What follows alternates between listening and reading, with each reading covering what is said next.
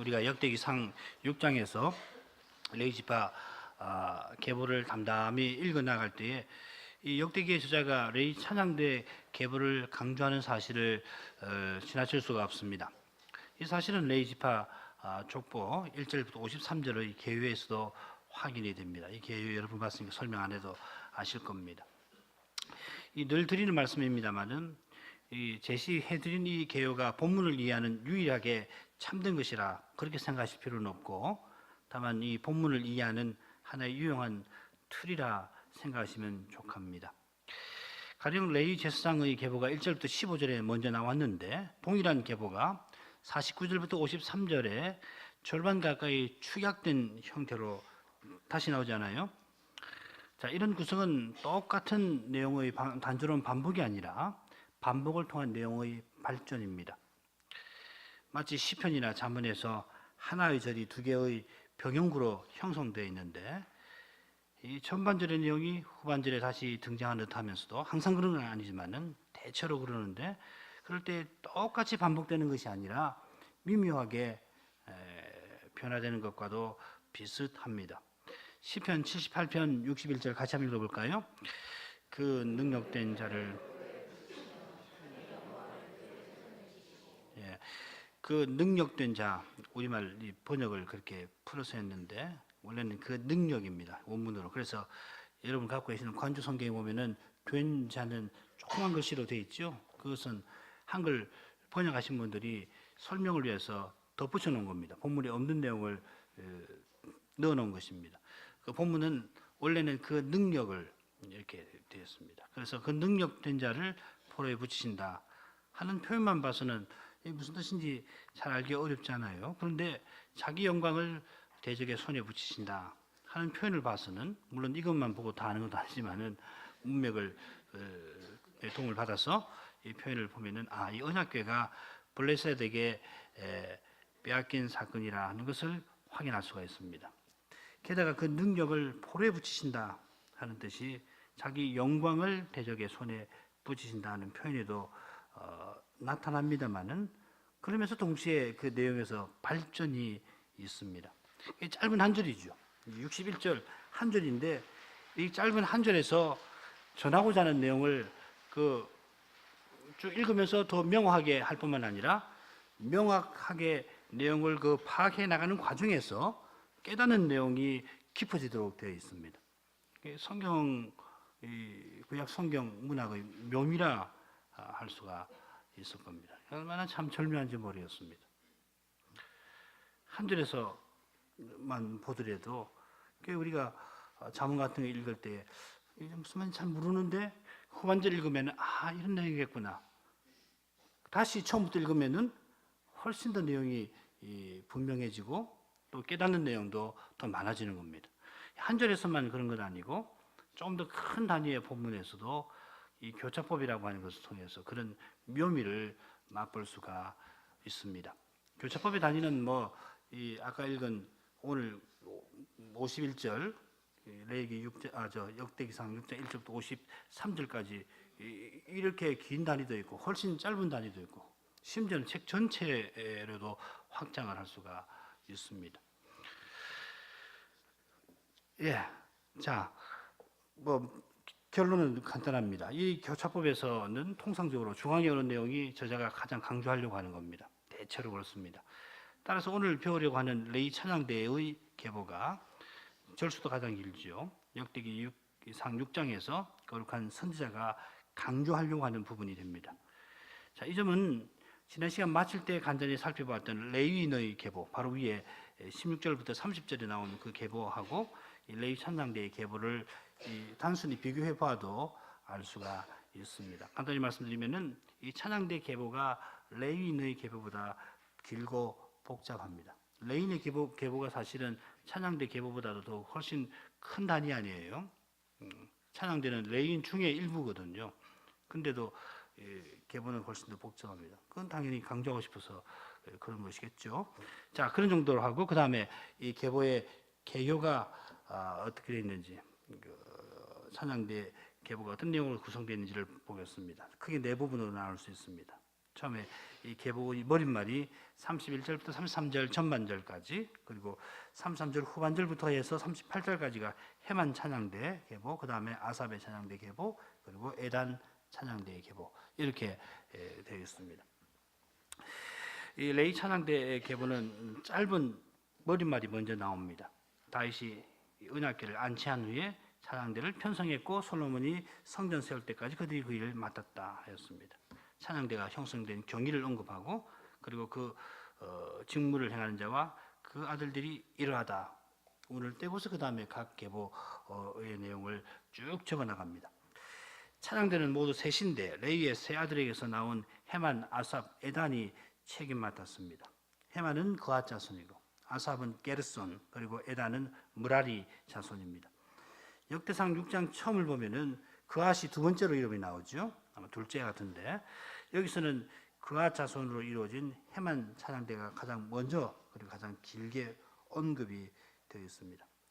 이 그앗 자손은 제사장 가문, 아론 가문을 배출을 했는데 찬양대는 당연히 이 아론 가문이 아니고요.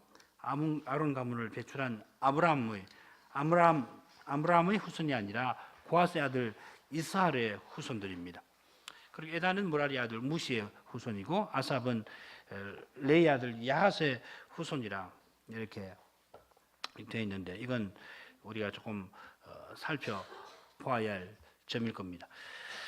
자, 그러면은 레위 찬양대 계보의 머리말에서 우리가 살펴야 할 내용들을 간단히 생각을 해나가야 되겠는데요. 왼쪽에 한글 개역 있고 오른쪽에 번역을 조금 정교하게 하느라고 옆에 해놨습니다.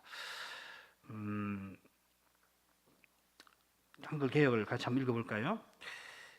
언약궤가 평안한 곳을 얻은 후에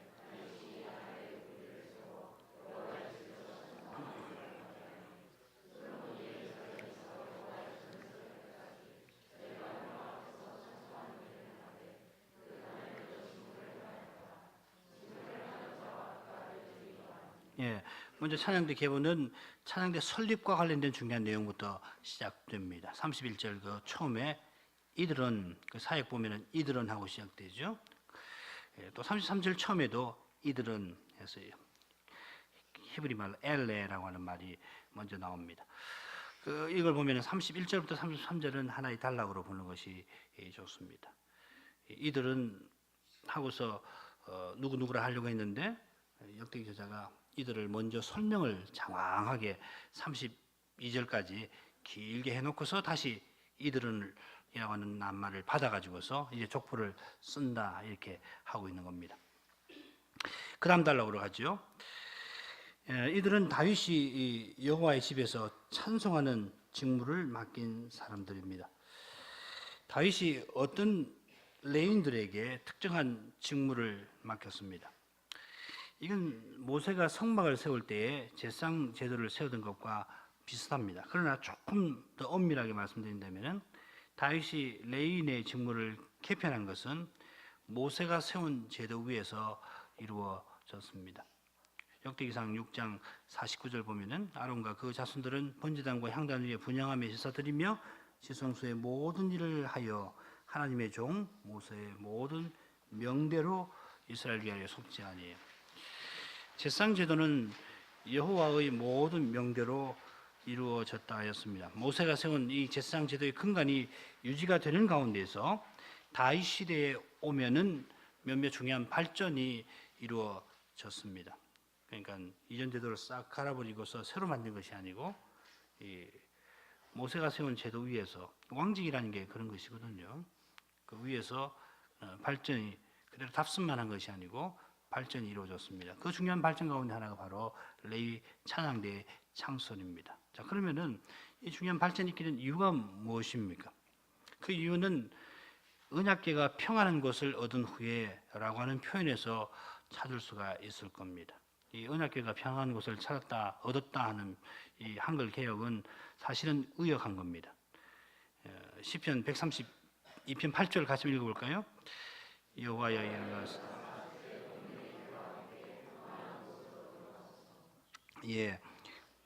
여기는 여호와 주님께서 평안한 곳으로 들어가십시오 이렇게 찬송을 드리고 있죠.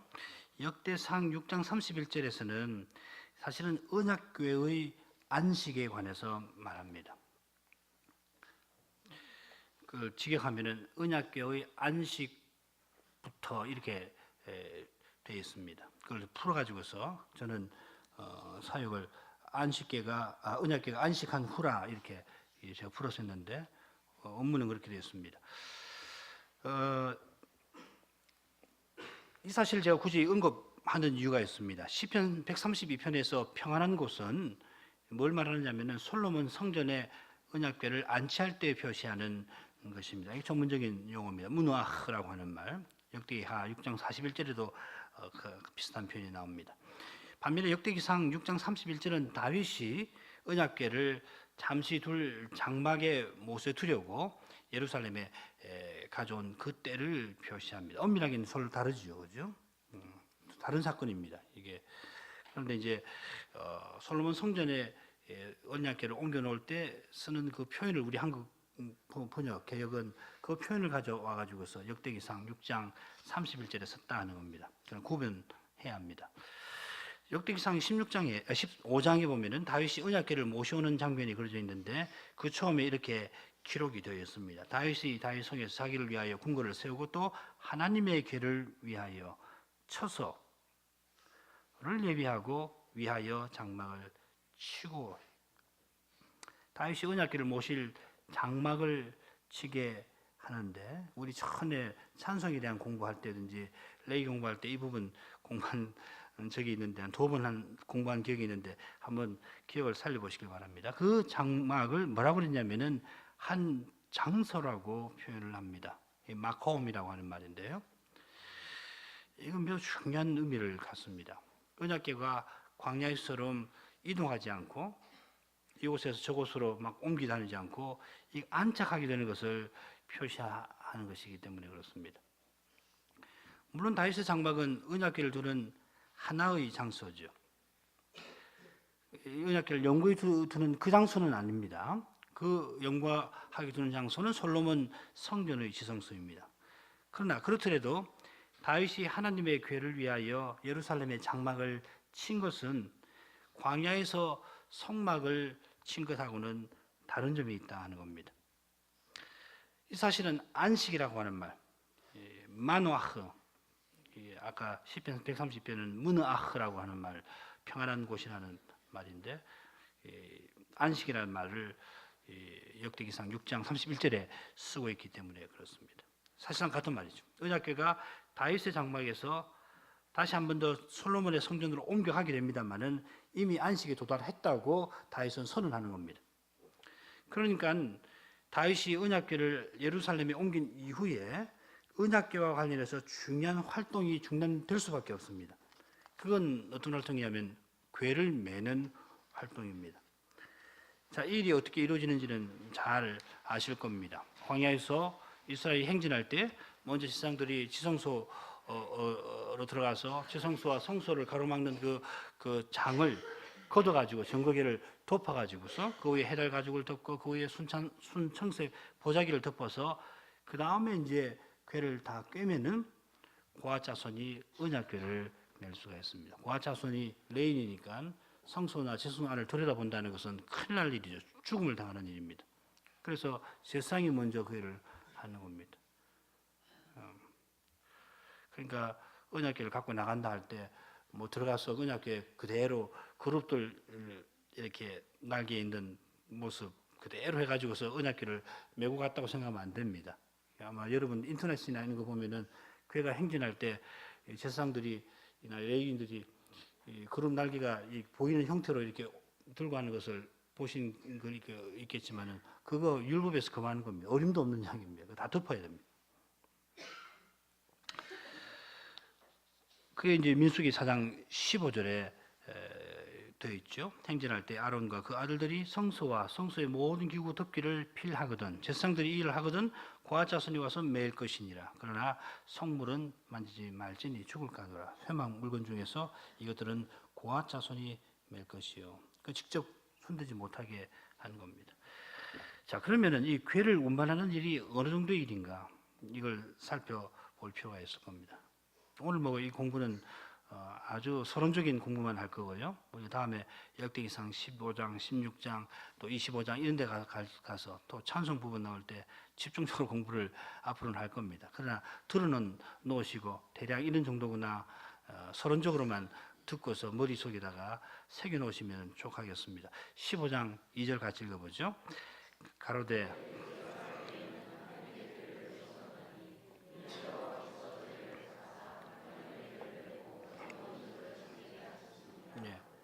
여호와 하나님이 레위 지파를 구별해서 거룩한 일을 맡기시는 두 가지가 언급되어 있습니다. 언약궤 매는 일, 여호와를 섬기는 일입니다. 오늘 강서를 다 들으시고 이 두 가지 일의 관계를 조금 더 집에 돌아가서 생각을 해보시길 바랍니다. 자, 간단히 말씀드려서 레위인의 직무를 크게 둘로 나눌 수 있는데 하나는 그 레위인이 봉사하는 직무입니다. 엄밀하게 말씀드리면은 그걸 둘로 나눌 수 있는데 하나가 언약궤 매는 일이고 다른 하나가 여호와를 섬기는 일입니다. 자, 이런 표현에서 궤를 운반하는 일이 얼마나 중요한 일인가 짐작하실 수가 있겠죠. 이제 언약궤가 다윗의 장막에 안치되는 순간부터는 지금 다윗의 장막이 있고 지금 동시에 기본에는 이 성막이 있는 겁니다. 그 기억을 해 두십시오. 안치되는 순간부터는 이 궤를 매는 일은 사실상 종결된 것처럼 기록을 하고 있습니다. 물론 솔로몬 성전이 완성된 후에 마지막으로 이 궤를 옮겨 놔야 되겠죠. 다윗의 장막에서 그리고 완성된 성전의 시성소로 옮겨 놓습니다. 솔로몬이 성전을 완성하고 이듬해 초막절에 제사장과 레위 사람이 이 언약궤를 메고서 성전 지성소로 옮겨가도록 합니다. 자, 이런 일이 있을 건데 거룩한 역사가들은 하나같이 언약궤가 다윗의 장막에서 안치되는 것으로 안식을 얻은 것으로 기록을 합니다. 이거는 역대 기록만 아니고 사무엘 하를 읽어보셔도 똑같습니다. 그런데 이건 다윗이 솔로몬을 왕으로 삼았을 때 연설하는 말에서도 잘 드러납니다. 역대기상 23장 25절 26절 같이 읽어볼까요? 다윗이 이르기를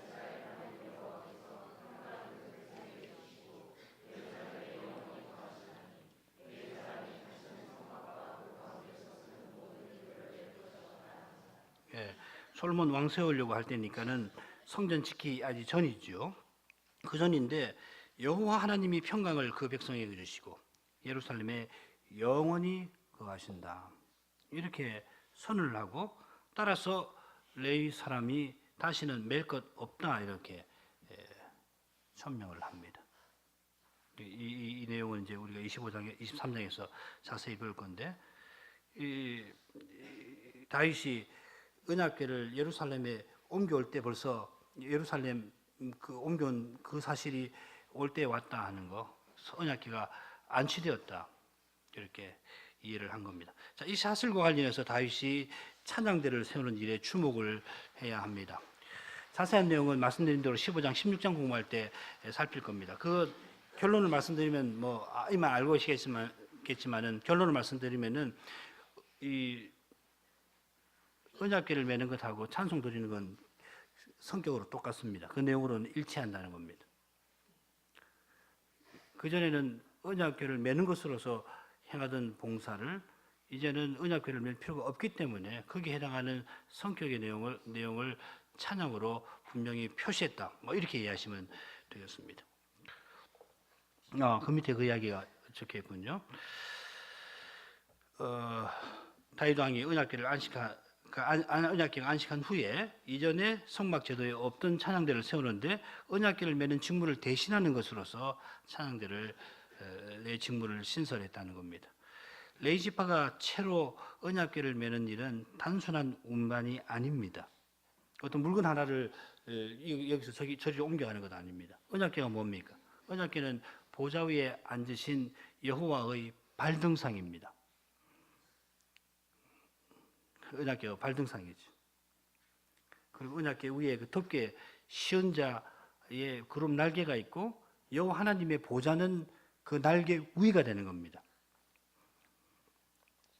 이 그림을 머릿속으로 그 정경을 그리셔야 할 겁니다. 그 발등상을 레위 지파가 매는 거죠. 보좌를 매는 게 아니에요. 물론 보좌를 매는 거지만은 실제로 메고 가는 것은 발등상을 매는 겁니다. 하나님이 얼마나 높으신지를 한번 생각을 해보세요. 이건 보좌 위에 앉으신 여호와를 높이는 겁니다. 레위 지파가 찬송하는 것, 이스라엘이 찬송하는 것과 비슷합니다. 이 시편 22편 3절 같이 한번 읽어보죠. 이스라엘의 찬송 중에 거하시는 주여, 주는 거룩하시니라. 저도 몇 번 설명해 드렸습니다만은 이 찬송 중에 거하신다 하는 표현보다는 찬송 위에 좌정하시는 이 번역이 좋습니다. 우리가 찬송하는 일은 하나님을 만왕의 왕으로 인정하고 지극히 높이는 겁니다. 다윗 왕이 언약궤를 예루살렘으로 옮겨둔 때부터 찬양대를 세우죠. 그래서 이 역대기상 15장 16절 17절 19절부터 22절 긴데 이거 하지 않겠습니다. 읽지 않겠습니다. 이 찬양대 이 내용은 언약궤를 예루살렘으로 옮겨올 그 당시에 벌써 찬양대를 운영을 합니다. 자, 이런 걸 보더라도 다윗은 자기가 언약궤를 옮겨올 뿐만 아니라 언약궤를 영구히 안치할 성전을 지을 거라고, 자기가 지으려고 생각했던 것이 분명합니다. 거의 15장, 16장까지 그 내용이고 17장 가면은 바로 성전을 짓게 해주십시오. 청하는 내용이 나오죠.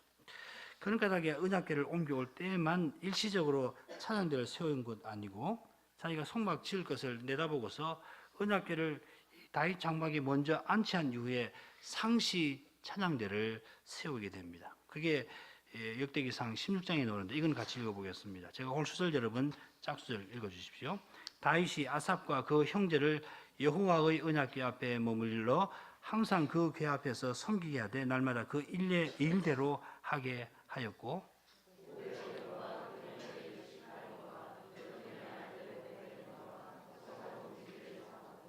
제사장 사독과 그 형제 제사장들로 기본 산당에서 여호와의 성막 앞에 모시게 하여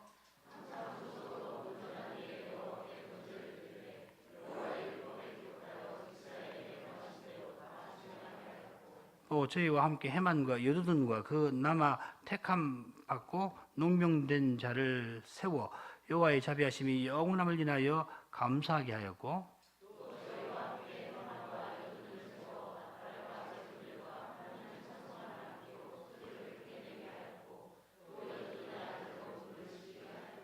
예, 아마 기억하실 거라고 생각하는데 37절에 보면은 아삽과 그 형제를 다시 세워서 언약궤 앞에서 날마다 그 일대로 하게 했다고 그랬는데 그 일이 다른 게 아니고 찬양이라고 하는 거 기억하시죠? 마치 상번제 드리듯이 찬양을 드리도록 했다 하는 겁니다.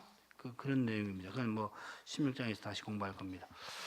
자, 물론 7쪽으로 하죠. 물론 자기가 성전 지을 사람이 아니라 자기 아들이 그 일을 하게 되리라는 것을 알고서 성전 준비하는 동안에도 찬양대가 그 직무를 이어갔을 겁니다. 그 사실이 바로 역대기상 6장 32절에 분명히 밝혀져 있습니다. 솔로몬이 예루살렘에서 여호와의 전을 세울 때까지 저희가 회막 앞에서 찬송하는 일을 행하되 이렇게 되어 있습니다.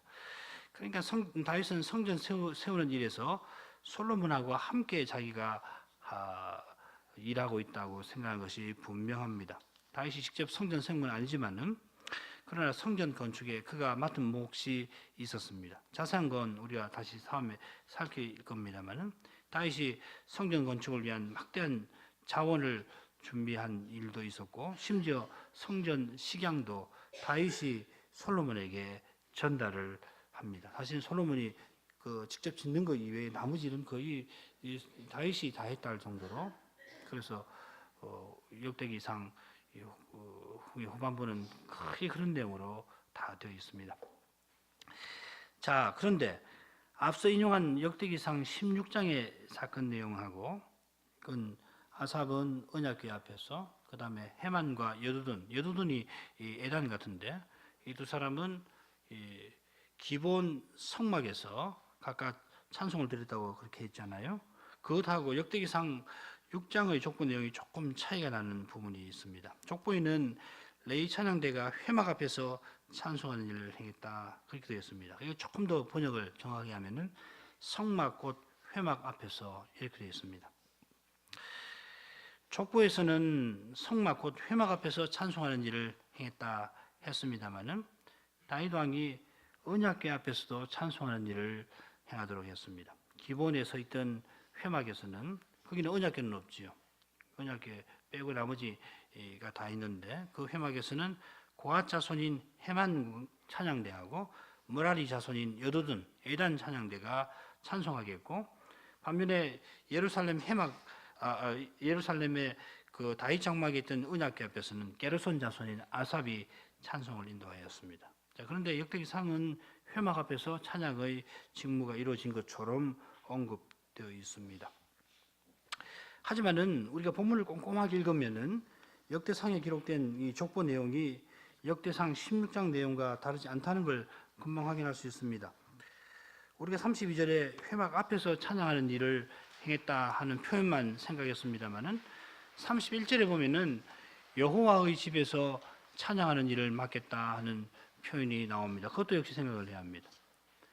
회막도 여호와의 집입니다만은 그러나 31절에서 여호와의 집은 조금 더 포괄적인 의미를 지니는 표현 같습니다. 그렇게 볼 수 있는 근거는 뭐냐면은 32절에 솔로몬이 여호와의 전을 세운다는 표현에서 그 여호와의 전이라는 말이나 31절에 나오는 여호와의 집이라는 말이 똑같은 말입니다. 그 베이트 야훼 이렇게 되어 있습니다. 베이트라는 말은 집이란 말이고 야훼 여호와란 말이죠. 한글 개역은 똑같은 두 낱말을 한쪽에서는 다윗과 관련해서는 여호와의 집이라고 표현했고 솔로몬과 관련해서는 여호와의 전이라고 표현했습니다. 그 이유는 아마 성경 우리 한글 개역을 번역하신 분들이 같은 낱말이지만은 솔로몬하고 관계에서는 그 의미를 좀 더 분명히 하려고 해서 여호와의 전이라 그렇게 번역하신 것 같은데 이는 정확한 것 아닙니다. 통상적으로 여호와의 전이라고 할 때는 베이트라는 집이라는 단어를 사용하지 않고 흔히 헤이칼이라고 하는 그런 전문 용어가 있습니다. 그런데 역대기 저자는 이 구분을 알고 있을 텐데도 똑같이 집이라는 말, 이 베이트라는 말을 양쪽 다 씁니다. 역대기 저자가 생각할 때 여호와의 집은 언약궤가 안치되어 있는 상태의 성막이나 성전일 거라 짐작할 수가 있습니다. 자, 이건 찬양대 계보 순서를 봐도 짐작할 수 있습니다. 찬양대 계보는 헤만, 아삽, 에단인데 이걸 헤만하고 에단은 함께 늘 사역을 한 것으로 기록되어 있거든요. 언약궤 앞에서 찬양 직무를 맡았던 아삽 찬양대가 중앙에 오고 앞뒤로 기본 성막에서 찬송물을 했던 헤만 찬양대와 에단 찬양대가 이렇게 기록이 되어 있습니다. 자, 이걸 보면은 역대기 기자는 언약궤가 안치되어 있던 다윗 장막에서 봉사하던 이 아삽 찬양들을 강조하려고 하는 것은 아닌가 그런 생각도 듭니다. 자, 그런데 그 다음 33절 이후에 나오는 찬양대 이 계보를 보면은 이게 모든 찬양대가 함께 모여서 찬양할 때의 편성을 표시하고 있습니다. 역대기상 23장에 보면은 다윗이 나이 많아서 솔로몬을 왕으로 삼으려 하면서 제상 10분을 비롯해서 레위 지파의 직무에 관해서 명령하는 내용이 나오는데 25장에서는 찬양대 편성에 관해서 언급합니다. 앞으로 성전이 서게 되면은 찬양들을 이렇게 편성하라 다윗이 지시를 합니다. 25장 1절 읽어보죠. 같이 읽어보죠.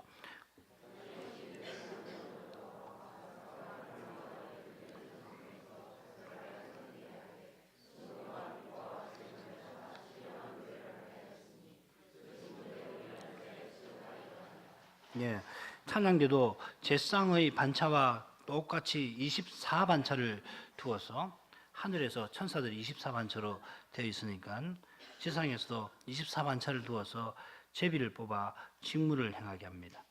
저희와 모든 형제 곧 여호와 찬송하기를 비워 익숙한 자의 수요가 288인이라. 이 무리에 큰 자나 작은 자나 스승이나 제자를 물론하고 일례로 제비 뽑아 직임을 얻었으니 첫째로 제비 뽑힌 자는 아삽의 아들 중 요셉이요 둘째는 그달랴니 저와 그 형제와 그 아들 12인이요 288인이 매일 함께 찬송하는 것 아니고 12명씩 24반차 그걸 곱하면 288인이 되겠죠. 그래서 제비 뽑힌 대로 직무를 행하는데 첫째 반차는 아삽의 아들 요셉이라는 차고 둘째는 그달랴인데 그달랴는 여두둔 에단의 아들 그달랴의 반차입니다. 입니다. 자, 이런 거 보면은 이 역대기상 6장에서는 앞으로 우리가 배울 내용을 종합적으로 그렇게 기록을 해놨습니다. 그러니까 단편적으로 보면은 이 역대기 15장이나 16장 하고 조금 좀 다르지 않나 그런 생각이 들 수 있는데 다른 거 없고요. 이 관점에 따라서 좀 다르게 편성을 그렇게 한 거고 이 족보의 내용은 내용을 전체적으로 종합한 내용이다. 이렇게 이해하시면 될 겁니다. 자, 그러면은 찬양대 계보를 간단하게 살펴보도록 하겠습니다. 말씀드린 대로 찬양대 계보는 헤만, 아삽, 에단 이렇게 되어 있습니다. 헤만이 중앙에서 직무를 행하고 헤만의 우편에는 아삽, 헤만의 좌편에는 에단이 직무를 맡았는데 이거는 종합 편성입니다. 이 전체가 함께 할 때 편성을 가리키는 듯합니다. 헤만 찬양대는 이름들 많죠.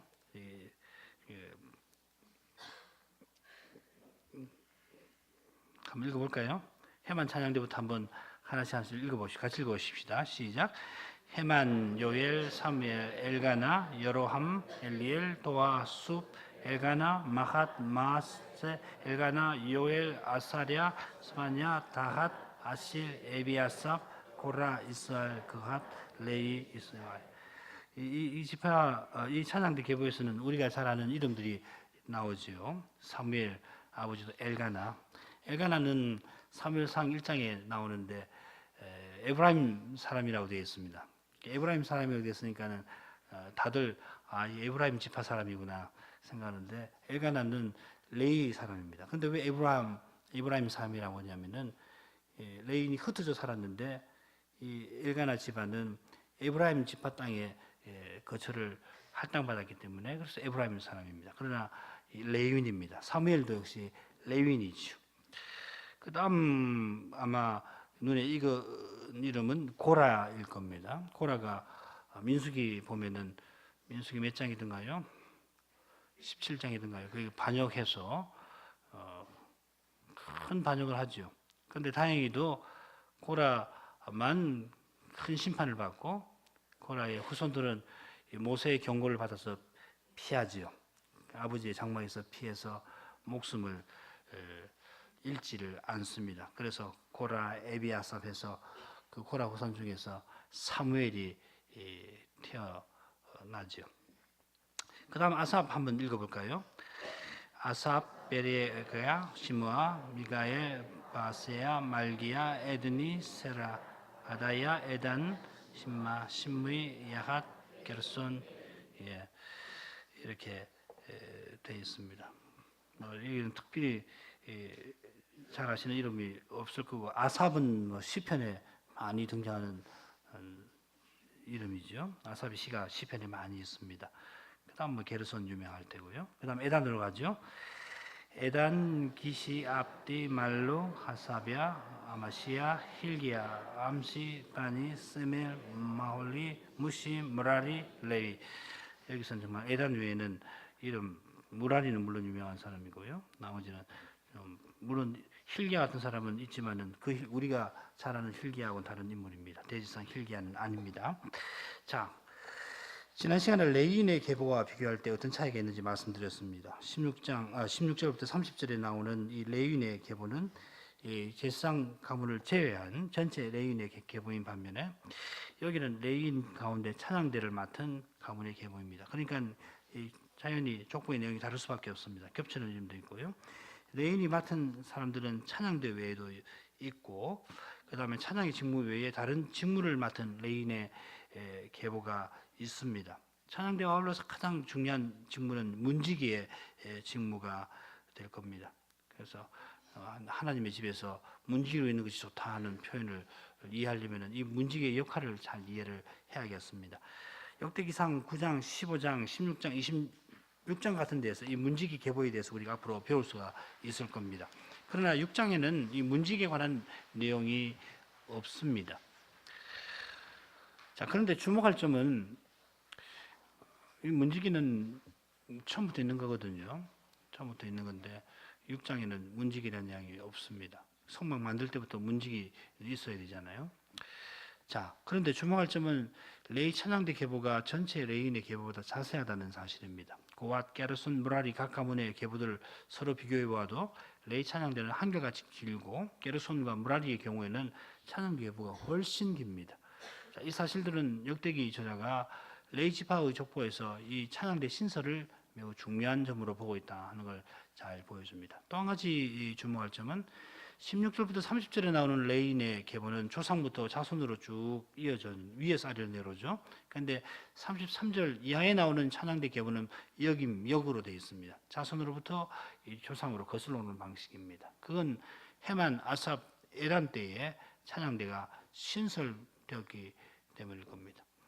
마지막으로 한 가지 더 생각할 점은 레위인의 계보나 찬양대의 계보가 야곱이나 레위로부터 찬양대가 신설될 시기까지, 즉 다윗 왕과 솔로몬 왕의 시기까지 기록이 되어 있다는 겁니다. 비슷하게 오늘 우리가 마지막으로 배울 대지상의 계보도 역시 다윗 왕과 솔로몬 왕의 시기까지만 기록이 되어 있습니다. 왜 기록했을까 생각을 해보죠. 나중에.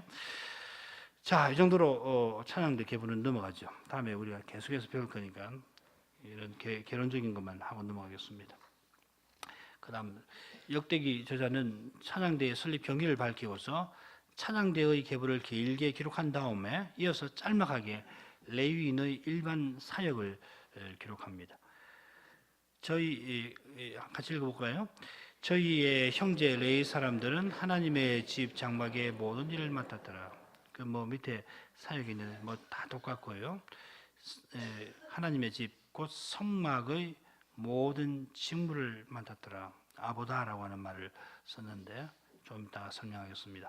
저희의 형제 할 때는 물론 바로 앞에 찬양대 계보에 적힌 레위 사람들 가리키겠죠. 저희는 저희의 형제인 레위 사람들 하고서는 찬양대 계보에 적힌 레위 사람들하고 대비를 시켜 놓았습니다. 자, 이런 거 보더라도 찬양대 직무가 레위인의 전체 직무에서 어떤 위치를 차지하고 있는가 짐작할 수 있고, 적어도 이 역대기 저자가 족보를 쓸 때 이 찬양 직무를 얼마나 중요하게 다루고 있다는 걸 알 수가 있죠. 다른 직무도 많은데 그건 한마디로 싹 요약을 해가지고서 대비를 시켜 놓았습니다. 자, 이 사실은 찬양대에 봉사한 사람들의 형제들인 레위 사람들이 장막의 모든 직무를 맡았다는 표현에서도 잘 드러납니다. 이 직무, 아보다라고 하는 말, 아바드라는 말, 섬긴다는 말에서 나온 명사인데, 이 표현은 레위인이 성막에서 행하는 두 가지 사역, 지키는 사역과 섬기는 사역을 가운데 섬기는 사역을 요약한 겁니다. 민수기 3장 7절 8절 같이 한번 읽어보시죠. 그들이 회막 앞에서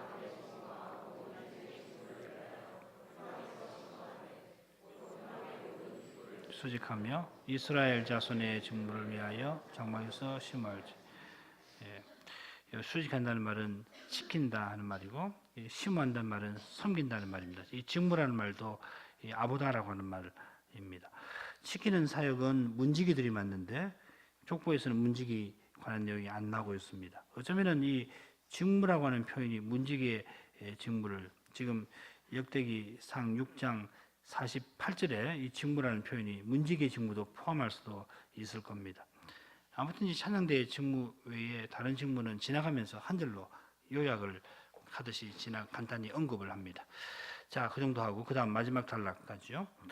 다시 이 레위 제상의 계보가 나옵니다. 자, 이번에는 제상의 직무라고 하는 측면에서 계보가 기록이 되어 있습니다. 좀 더 후에 설명할 거는 읽지는 않겠습니다. 찬양대들의 계보와 비슷한 구조로 되어 있습니다. 먼저 아론 가문의 직무가 뭔가 언급이 되어 있고, 그 계보가 이어서 간략하게 1절부터 15절 내용에 비교해 보면 한 절반 정도로 축약되어서 나옵니다. 아론 가문의 직무에 관한 내용을 잘 알기 위해서 번역을 조금 제가 바꿔봤습니다. 한번 바꿔진 번역을 한번 읽어보시죠.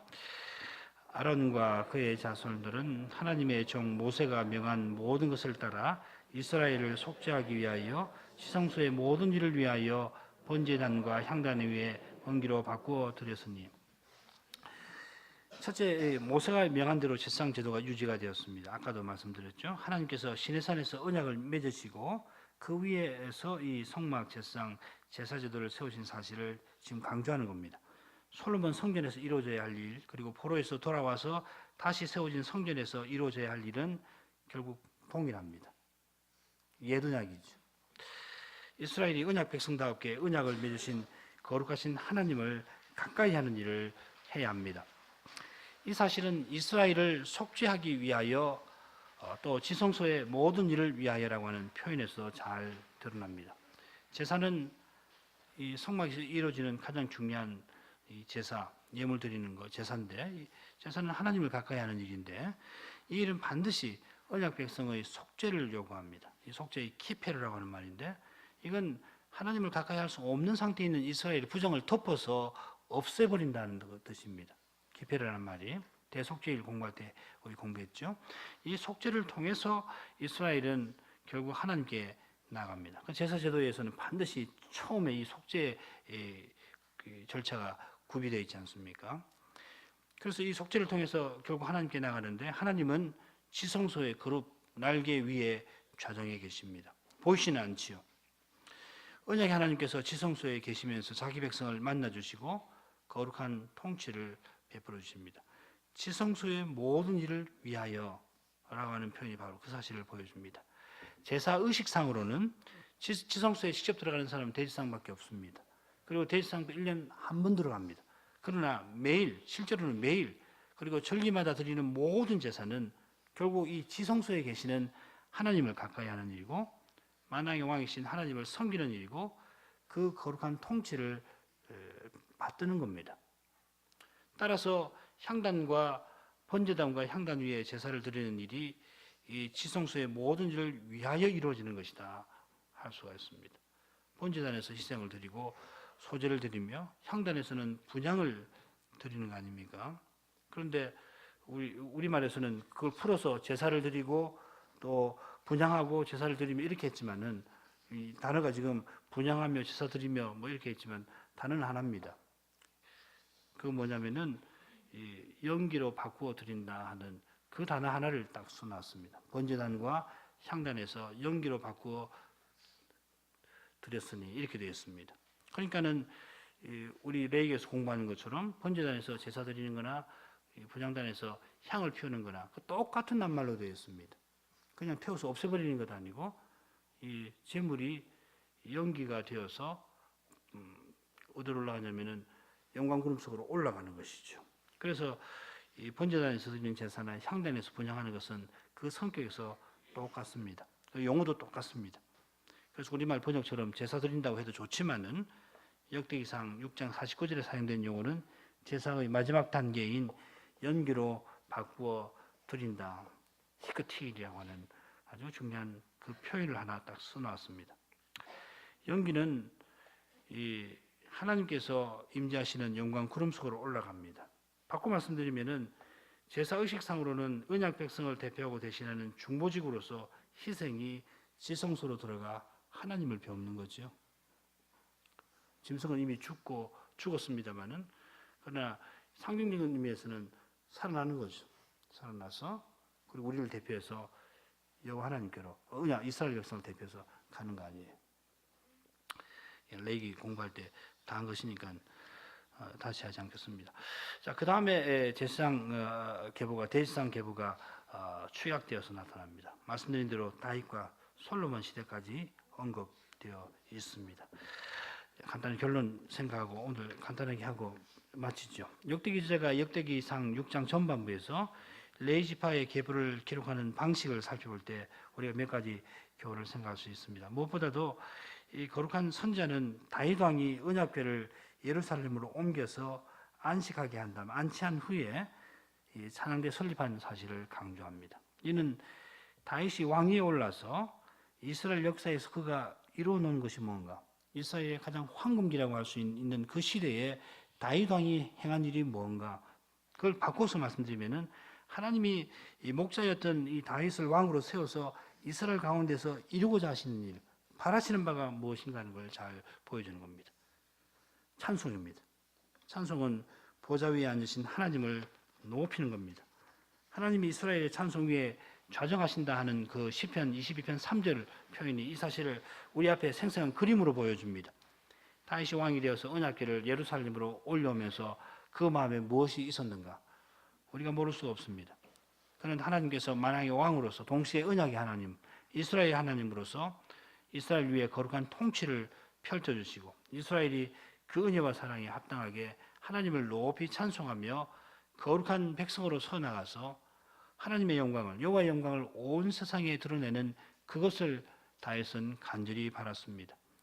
이런 역대기 저자가 레인의 계보, 찬양대의 계보, 뒤에 나오는 대지상의 계보를 다윗 왕의 시대까지 기록한 것과도 무관하지 않을 겁니다. 특별히 뒤에 나오는 제사상의 계보는 먼저 제사상의 직무에 관한 설명이 붙어 있는데 이는 다윗과 솔로몬 시대의 제사상 제도가 처음 언약 맺을 때에 하셨던 본의에 도달한 것을 암시하는 듯합니다. 다윗이 성신의 특별한 가마를 따라 선지자 사무엘의 지도를 받아서 구상한 이 전체 제사제도, 이 발전시킨 이 제사제도는 성막제도, 성전제도라고 할 수 있는데 이 제도는 하나님을 찬송하는 일에서 그 성격이 환히 드러났던 겁니다. 그 성격은 성전에 임재하시는 여호와께서 만왕의 왕이시고 언약의 하나님이셔서 자기 백성에게서 또한 만민에게서 찬송 받으셔야 한다는 겁니다. 언약궤를 이 예루살렘으로 메고 가던 그날에 찬양대가 드렸던 그 찬송 그 일부에서도 잘 알 수가 있습니다. 그 일부를 인용을 하겠습니다. 같이 읽죠. 제가 홀수절 여러분 짝수절 29절을 함께 읽겠습니다. 온 땅에 여호와께 노래하며 구원을 날마다 선포할지어다.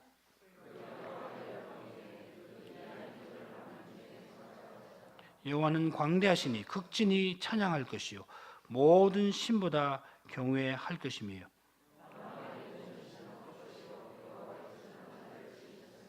존귀와 위엄이 그 앞에 있으며 능력과 즐거움이 그 처소에 있도다.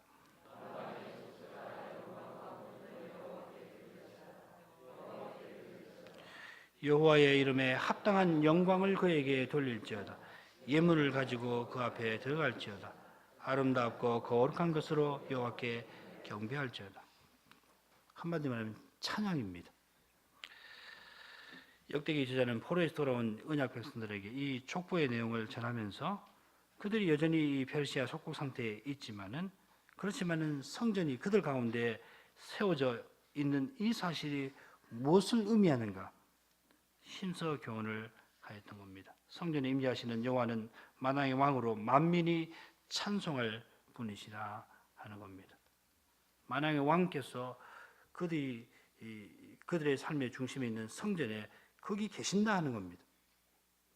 정치적으로는 페르시아의 속국이지만은 이 페르시아도 통치하시는 그 왕은 이스라엘 가운데 있는 성전 그 지성소에 언약의 하나님으로 계신다 하는 겁니다.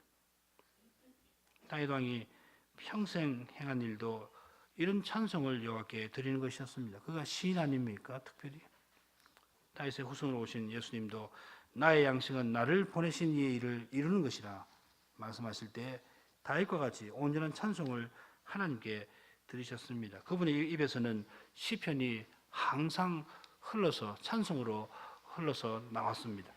하나님께서 오늘 우리에게 바라시는 것도 바로 이런 찬송입니다. 시편 43편 에베소서 1장 6절 이어서 같이 읽지요. 이 백성은 나를 위하여 지었냐 나의 찬송을 부르게 하려 함이라. 이는 그의 사랑하시는 자 안에서 우리에게 거저주시는 바 그의 은혜의 영광을 찬미하게 하려 하는 것이다. 하나님 백성은 높고 귀한 일을 허망하게 꿈꾸면서 세월을 낭비하는 자들 아닙니다. 어미 품에 안긴 젖된 아이의 심정으로 하나님을 항상 온전히 의지하고 하나님을 찬송하는 사람들입니다. 기도하시죠. 거룩하신 하나님, 역대기 족보에서 거룩한 선지자가 당대의 교회에게 오늘날 우리에게 교훈하는 바를 이렇게 살펴보게 하시니 감사합나이다. 하나님께서 먼지 하나에 치지 못할 제 인생을 돌아보아 주시고 심지어 구원하시고 또한 가까이 해주시는 그 뜻이 무엇인지를 깨닫게 하셨사오니 저희가 이 은혜를 사랑을 깨달을진데 높고 귀한 일을 꿈꾸면서 과람한 말을 하고 자기의 뜻을 이루려고 세월을 낭비하며 돌아다닐 것이 아니요 겸손한 마음으로 하나님을 늘 의지하고 하나님이 거룩하신 사실을 고백하며 그 크신 의미와 거룩한 사랑을 찬송하며 살아야 마땅하게 싸움나이다.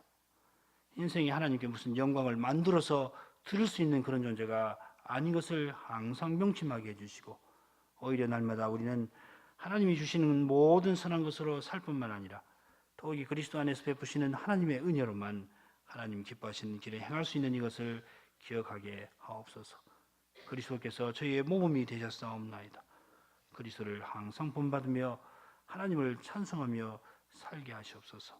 예수 그리스도 이름으로 기도하옵나이다. 아멘.